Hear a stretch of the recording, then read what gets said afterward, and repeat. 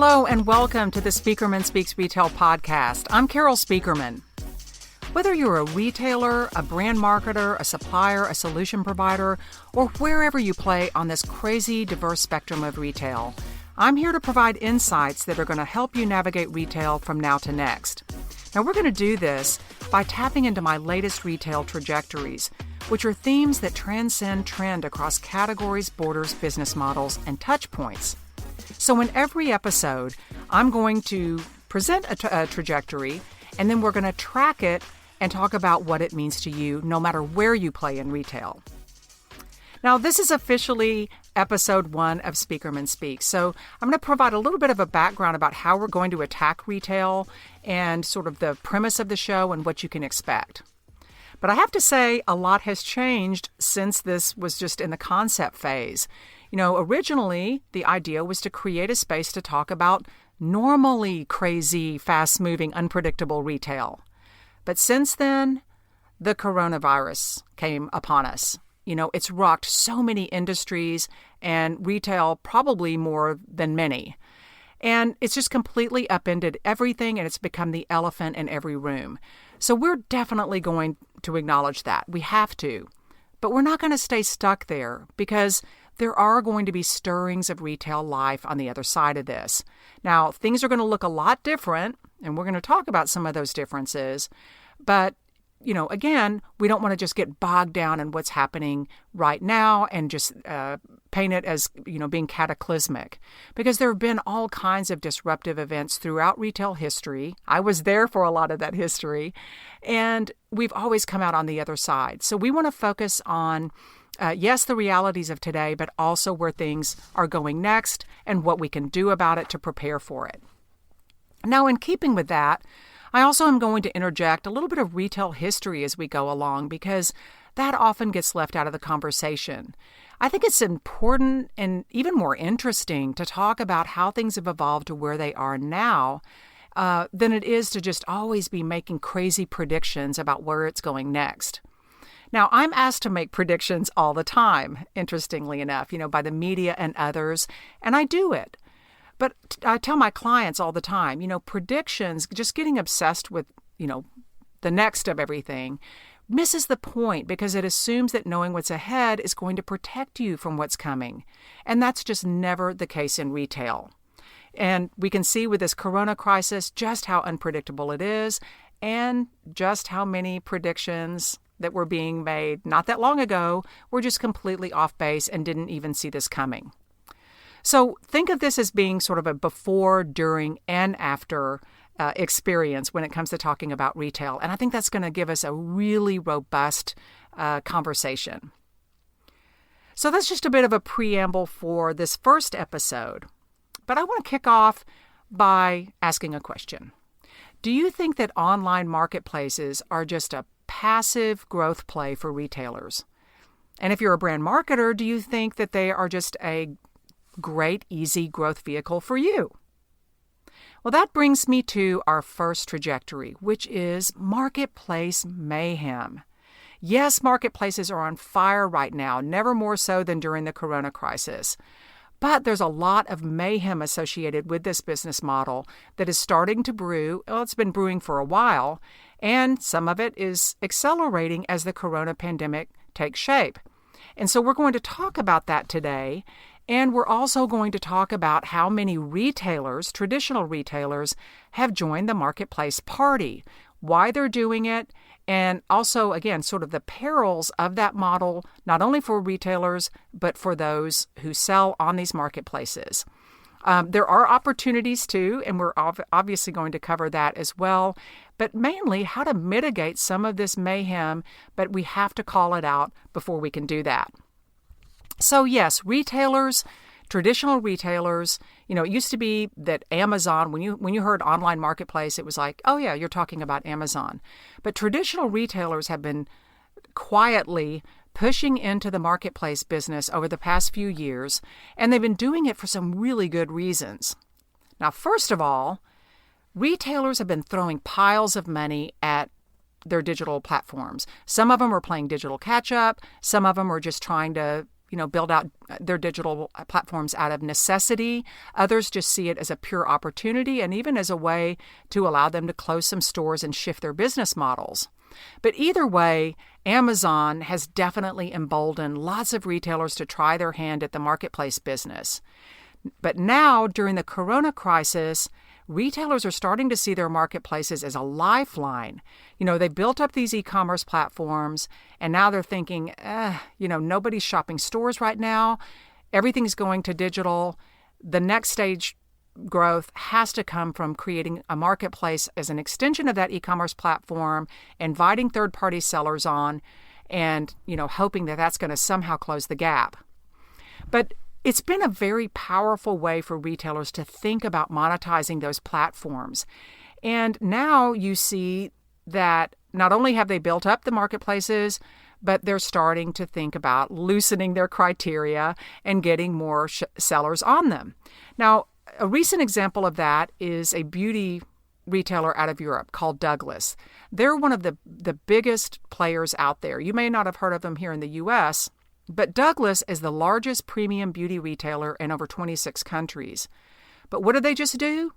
They announced that they're going to open up their online marketplace to more retailers, even as they suspend the operation for most of their 2,400 stores in Europe.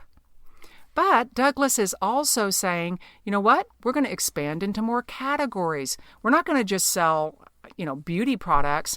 We're going to go into jewelry and accessories and home decor and lifestyle items.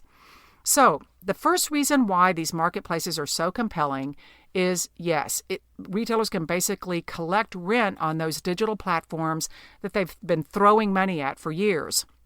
It's pretty sweet. But they can also diversify into all kinds of new categories practically overnight through those third-party sellers.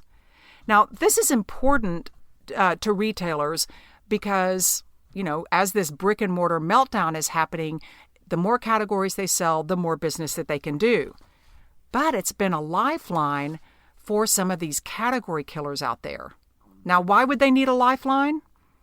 Well, you don't have to look any further than Borders and Blockbuster and Payless and Toys R Us. I mean, that's just the tip of the iceberg for the number of category killer retailers that have gone out of business in the last few years. So what happened is, before, category killing was a really great way to narrow your focus and, double down on a category and sort of be the go-to destination for it. But Walmart started dealing the first blow to these types of retailers. I remember when Walmart was in the throes of their category expansion, and they were saying, I think we're going to go into, the premium bicycle business today. And everybody would just start biting their nails that were, operating big retailers or even, some of these specialty retailers. Oh gosh, Walmart's attacking our category. Now it's going to be a race to the bottom on price, and that's just the end of it.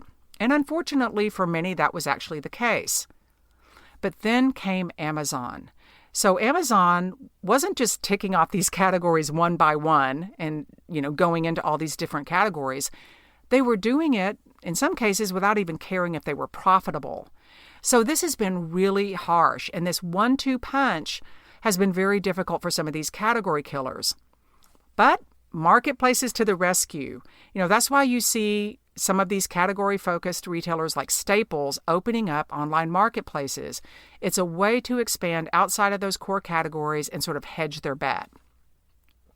Another benefit, though, is it comes to some of these, some of the digitally native e-commerce platforms actually are getting a lot of benefit by changing their model a little bit and going into the marketplace business. You look at Overstock.com, for example. Now, not only is Overstock.com no longer just in the overstock business, they've started selling new products, but they've also opened up their online marketplace, and they're saying, hey, come on, sell on Overstock.com and join our partner program, so that they can join the marketplace monetization party, if you will. So for Overstock, it's allowing them to shift their business model in order to expand, beyond it. Marketplaces also are a way for retailers to court new brands and to bring them onto their platforms, and these may be brands that not everybody else has. So it's a differentiation play. Target is a really good example of this. Their Target Plus program is invitation only, and their focus is on these lesser-known brands, emerging brands, particularly those that are minority-owned, women-owned, and that really sort of fulfill that diversity proposition that Target is known for as well. And finally, probably one of the biggest benefits is it is almost like a passive income play for retailers because they can get all these benefits we just talked about without carrying additional inventory, without managing that inventory, and without overtaxing their supply chains. So these are some pretty big incentives.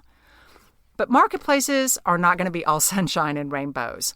There is some mayhem brewing, and I want to talk about that and what it means to all of the different stakeholders who participate in these marketplaces. But let's talk about the mayhem that was already there, before the coronavirus came and changed everything. Because so many of these dynamics are still at work and they're worth paying attention to. There have just been others that have been piled on, which we're also going to talk about. First of all, retailers, some of them, through this drastic expansion, are right on the precipice of not standing for anything. Because you think about it. If everybody has a marketplace, everybody's selling everything, everybody's in every single category out there, then where's the differentiation? There's no point of view. And when there's no point of view, then it becomes a race to the bottom on price. So I don't think we're there yet, but I think, again, some retailers are on the precipice of making that happen, and we're in danger of losing differentiation because of this marketplace mayhem. Also, marketplaces mean handing off control, and that can cause problems for both retailers and suppliers. Retailers, you've seen the stories, they get dinged when their third-party sellers, don't execute, when there's all kinds of shenanigans like price gouging, political offenses, packaging problems, delivery issues. All of that tends to reflect on the retailer because it's the retailer's name, right at the top of the page. But the same holds true in the reverse. Brand marketers can harm a retailer's reputation, but retailers can also harm brands' reputations. Brands tell me that when retailers are playing their own pricing games, when they're deprioritizing some of the brands that are on the marketplace, when they don't deliver, that can really mess things up and reflect poorly on the brands. So it's a two-way street, but loss of control is the big takeaway there. But when you look at this diversity and the potential for retailers to just keep crowbarring more brands and more categories into their marketplaces, including their own brands, which we're going to talk about in a future episode, then it's easy for brand marketers to get lost in the shuffle. These brand marketers, they don't have control over how endless these e-commerce aisles become. So retailers can just keep expanding and expanding and expanding, and brand marketers become smaller and smaller and smaller in relation to all these other sellers. But adding insult to injury, some of these brands don't even have control of their destinies on these marketplaces, even when they make very definitive partnership decisions. Look at Nike. Nike recently made a decision to stop their direct business with Amazon. So the thinking at Nike was essentially, hey, we've got our own platform. We would rather empower our platform and double down on our direct-to-consumer business through our own means than to continue to empower Amazon's platform. Well, the funny thing is, if you go to Amazon right now and search for Nike products, even despite that decision, you're not going to have any trouble finding them because third-party sellers. So that's more mayhem for brand marketers. Even when you think that you've extricated yourself from a relationship, you can't even control the presence of your brands on those marketplaces. So something to think about. But let's shift to some of the new factors that are piling on the mayhem during this corona collapse.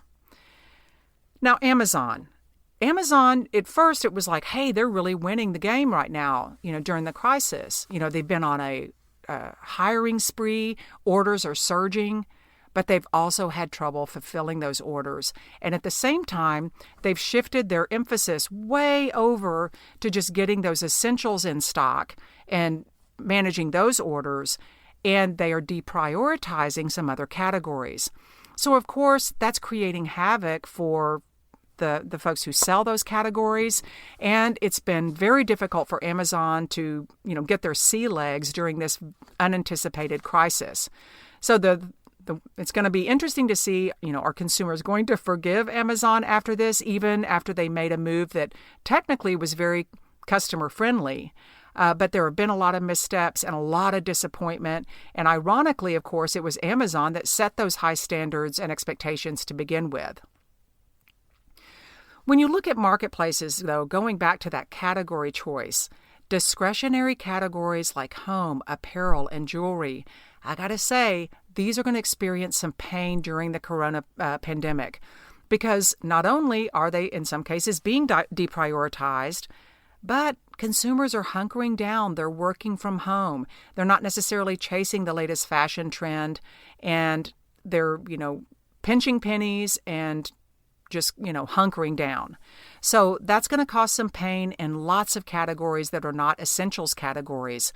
And the problem, too, is retailers are realizing, despite all the talk about seamless retail and frictionless retail, that a lot of those categories are not connected online.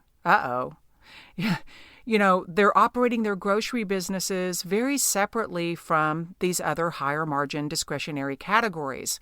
So the thinking, in terms of grocery business, the reason that so many retailers from dollar stores to drug stores have been going into the food business is because it drives more frequent trips to the store. Well, that's paid off for a lot of retailers where they see more frequent traffic, and as a result of that, while that consumer is coming in and grabbing that carton of milk, finally they'll look at that sweater and throw it in the cart too. So it's been a really great strategy in brick and mortar. But when consumers go online and they see grocery and they fill their cart with grocery, they're not thinking necessarily of picking up even some sweatpants. And those two worlds are not always connected on retailers' online marketplaces. So this is something that retailers have told me they're struggling with. They didn't anticipate it being such a problem, but as they have surges with these essential categories, building pathways to those other discretionary categories is a real, let's just call it an opportunity. So that brings us to our takeaways. Our takeaways in light of all of the mayhem that's happening for all of these different stakeholders. So let's talk about each of the stakeholders and what it means to you. For suppliers of all stripes, the bottom line is that if you're selling on others' marketplaces, you don't have control, pure and simple. You don't control the platform. They control the platform. They can promote your brands, but they can also promote their own brands or somebody else's. They can prioritize some categories and then deprioritize them tomorrow, and they're not going to ask you what you think about it. But this doesn't mean, I'm not saying that means you don't sell on online marketplaces, because they are a great business, they're fast growing, and they're becoming more accessible as retailers, are more bent on having more participants on their marketplaces as they want to grow them. But you do want to be more discriminating, and you want to look at ways that you're not going to keep all your eggs in that digital marketplace basket. Look at diversification. Always think about diversification for your distribution.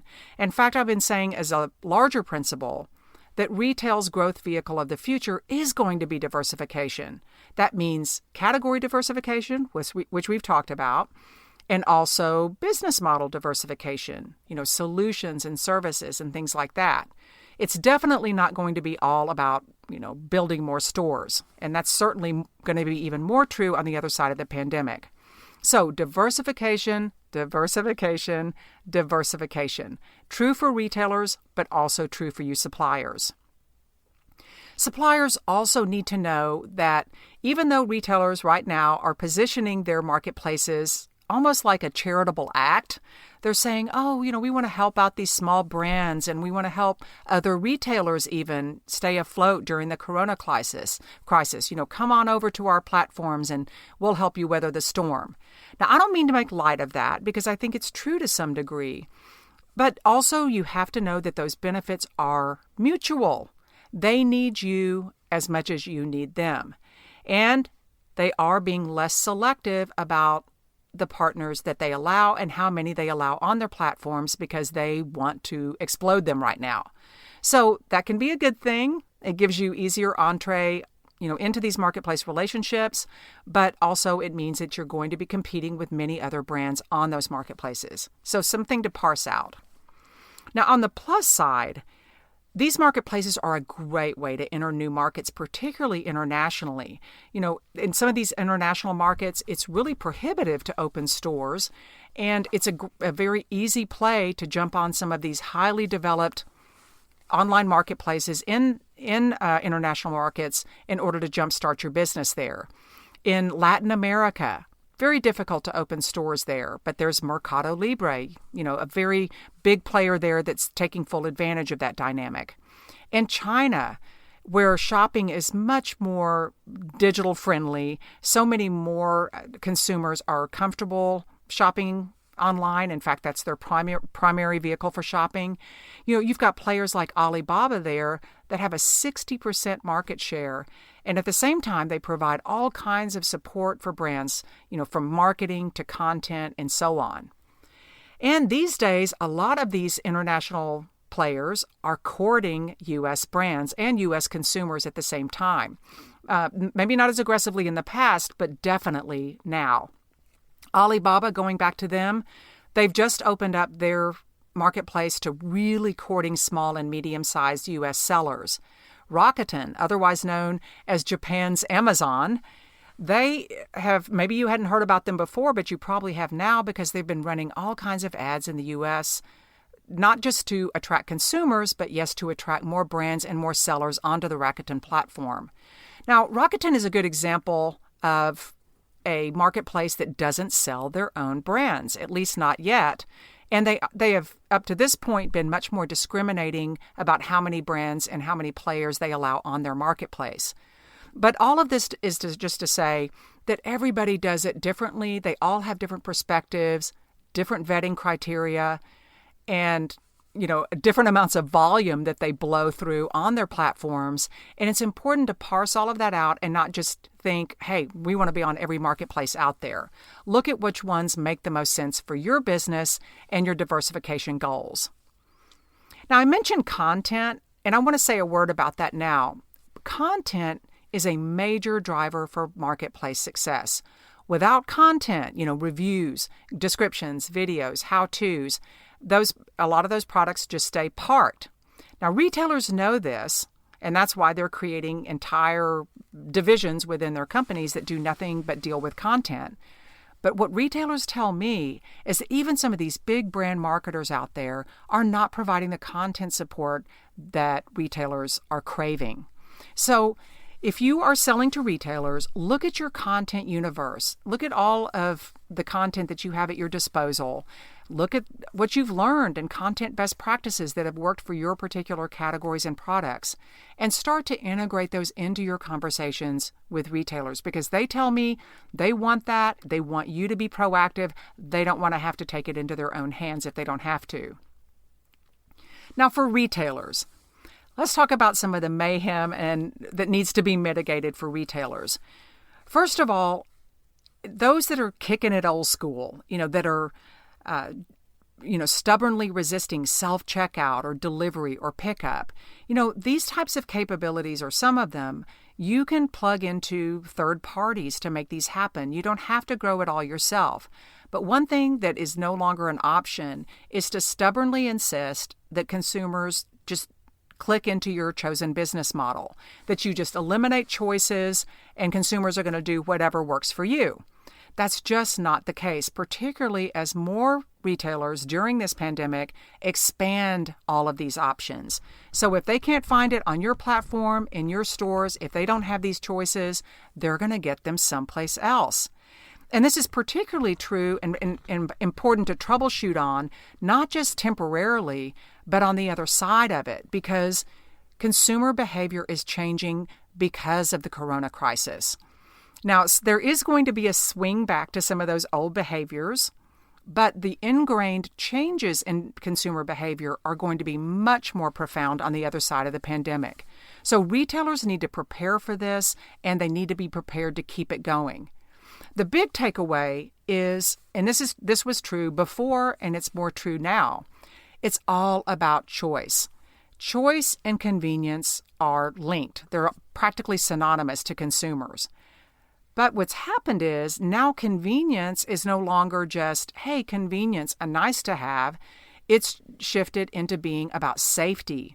So different consumers look at safety differently. Different markets are looking at it differently. They're tolerating certain types of consumer behaviors during the pandemic, and they're shutting others down. So it is about choice and options, and knowing that those options are no longer a nice to have. Consumers see them as being linked to their very personal safety. One other big opportunity that I'm seeing for retailers is to make sure that you're clearly communicating expectations. Not your expectations, but what consumers can expect from you and how that's changed. You've got the Amazons of the world that have raised expectations for quick delivery and, fulfillment and, never being out of stock. And all of a sudden, the apple cart is upset. Retailers that were delivering are not delivering. Things that were in stock are out of stock. Things are moving out, unexpectedly. But what the big problem is, it's not being clearly communicated. So now that all of this activity is moving online, it's so important to clearly communicate what consumers can expect when they're trying to order products from you. I'm not seeing that clear communication. There's just a lot of disappointment, and there may not be forgiveness when it's all over. Again, particularly since the standard has already been set and retailers have hit such a high bar until all of this started to happen. But I don't want to leave out you solution providers. Solution and service providers in retail are one of the fastest growing segments. And there's a real opportunity for you during this crisis and afterward. Mainly because so many of you guys do business with both retailers and brand marketers. So you're able to mitigate some of this mayhem for both of those stakeholders on both sides of the table. So look at some of the mayhem we've talked about, what retailers are experiencing, what they're struggling with, what they're scrambling to accomplish. And know, too, the great news for you guys is that retailers have never been more open to outside partnerships. They no longer think they can do everything themselves. And they don't even want to because resources are limited. So how are you going to manage that, mitigate and manage some of that mayhem for retailers? And of course, do the same thing for brand marketers because they're reeling right now. So many of them are not in control of their own destiny, as we've talked about. And on top of it, a lot of their distribution is starting to dry up, and they want answers. They want to know how to make the most of their business and how to sell product and press through and get to the other side. So solution providers, big opportunity to show what you've got and help out all these different stakeholders. So that's our show for today. Thank you for tuning in, and I hope you'll continue to listen in the future because I've got some really exciting trajectories planned for you. In the meantime, if you have any questions or even just stories to share, particularly during this very difficult time in retail, feel free to reach out to me directly at carol@spieckermanretail.com. I'd love to hear how you're weathering this storm and also just any ideas for future shows and comments. Also, check out Spieckermanretail.com for more insights, to subscribe to my updates, and also get the latest on upcoming events and happenings. Thanks for tuning in, and see you next time.